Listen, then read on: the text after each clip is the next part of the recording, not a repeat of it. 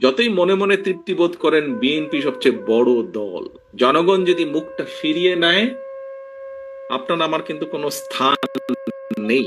যত বড় যাই হই না কেন, আমরা নিজেরা নিজেরা যত বড় যাই মনে করি না কেন। আমি আজকে গত কয়েক মাস ধরে বলছি, সামনের নির্বাচন এত সহজ নয় আপনারা যত সহজ ভাবছেন। নিজের মনে যতই বড়াই করুন, আরে বিএনপির তো শাখা প্রশাখা একদম গ্রাম পর্যন্ত আছে, অন্যদের কি এত আছে? এত বড়াইয়ের কিছু নেই। থাকতে পারে আপনার শাখা প্রশাখা, প্রিয় সকলবৃন্দ, আমাদের নেতাকর্মীরা তৈরি করেছে সেই শাখা প্রশাখা, গ্রাম পর্যন্ত দলকে নিয়ে গেছে, ওয়ার্ডে ওয়ার্ডে দলকে নিয়ে গেছে, কিন্তু তারপরেও জনগণ ম্যাটার্স। জনগণ ম্যাটার্স। সেই জনগণই হচ্ছে আমাদের শক্তি, জনগণই হচ্ছে আমাদের সমর্থন, জনগণই হচ্ছে শক্তি। জনগণ সাথে না থাকলে জনগণ 5ই আগস্ট দেখিয়ে দিয়েছে। কাজে আমরা যদি ভুল করি, জনগণ আবার কোনো একটা কিছু দেখিয়ে দিবে, তখন কিন্তু পস্তাতে হবে, তখন কিন্তু হাপিত্তেশ করতে হবে। সহকর্মীবৃন্দ, এখনো সময় আছে। আসুন আসুন আসুন, আমরা জনগণের পাশে থাকি, জনগণের সাথে থাকি। যারা এমন কিছু করবে যা আপনাকে আমাকে ক্ষতিগ্রস্ত করবে, যা আমার দলকে ক্ষতিগ্রস্ত করবে, যা আমাদের দল ক্ষতিগ্রস্ত হবে, আমরা তার বিরুদ্ধে প্রতিবাদ গড়ে তুলব, তার বিরুদ্ধে প্রতিরোধ গড়ে তুলব। আজকে শহীদ জিয়ার 89তম জন্মবার্ষিকীতে যদি শহীদ জিয়াকে সত্যিকার ভাবে আমাদের স্মরণ করতে হয়, যদি শহীদ জিয়াকে সত্যিকার ভাবে সম্মান জানাতে হয়, আজকে দেশনেত্রী খালেদা জিয়া, ওনার জন্য আমরা দোয়া করছি সুস্থতার জন্য, কিন্তু দেশনেত্রী সবচাইতে খুশি হবেন, দোয়া তো আছেই, কিন্তু উনি যখন দেখবেন যে জনগণ সমর্থন দিয়েছে বিএনপির প্রতি, আমি তো মনে করি সবচাইতে বেশি খুশি উনি সেদিন হবেন। এবং দেশনেত্রী খালেদা জিয়ার সৈনিক হিসাবে আপনাদের উপরে সে দায়িত্ব বর্তায়। সহকর্মীবৃন্দ, আমরা কে ছোট নেতা, কে গ্রামের নেতা, কে ইউনিয়নের নেতা, কে বড় নেতা, কে বিভাগীয় নেতা, কে কেন্দ্রীয় নেতা, বিষয় এটি নয়।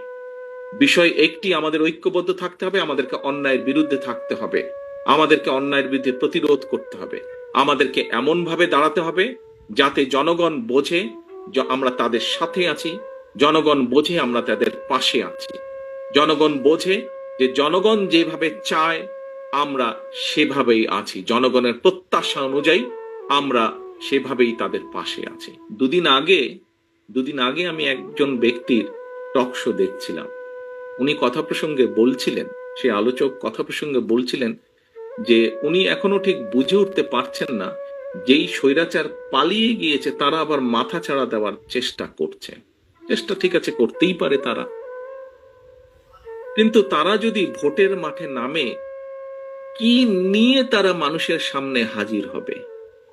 পেছনের গুলা বাদই দিলাম, উনি বলছেন যে পেছনের গুলো না হয় বাদই দিলাম, এই জুলাই অগস্ট মাসে যে হত্যাকাণ্ড ঘটেছে, প্রায় 1.5 থেকে 2,000 মানুষকে যে হত্যা করেছে, প্রায় 30,000-এর মতন মানুষকে যে তারা জখম করেছে, ইউনিসেফের বক্তব্য অনুযায়ী 64টা শিশুকে তারা হত্যা করেছে, এর জবাব তারা মানুষের সামনে কি দিবে? এই জবাবগুলো তো তাদেরকে দিতেই হবে।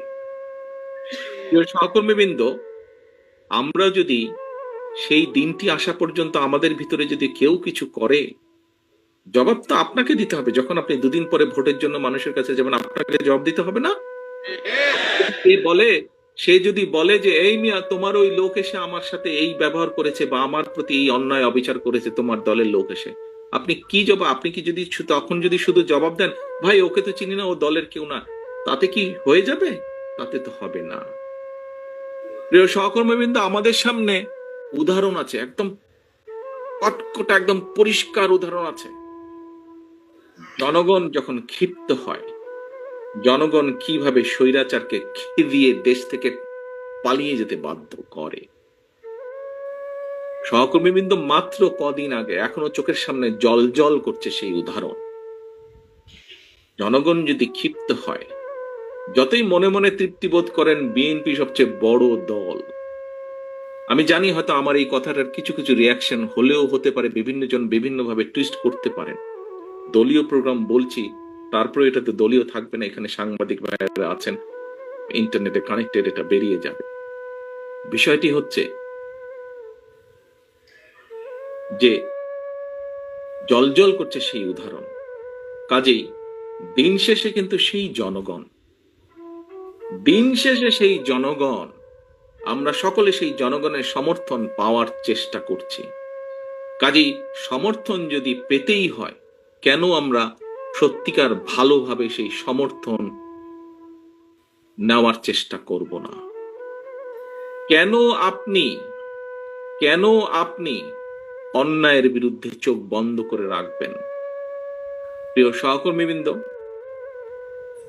দিন শেষে সেই জনগণের কাছেই যেতে হবে।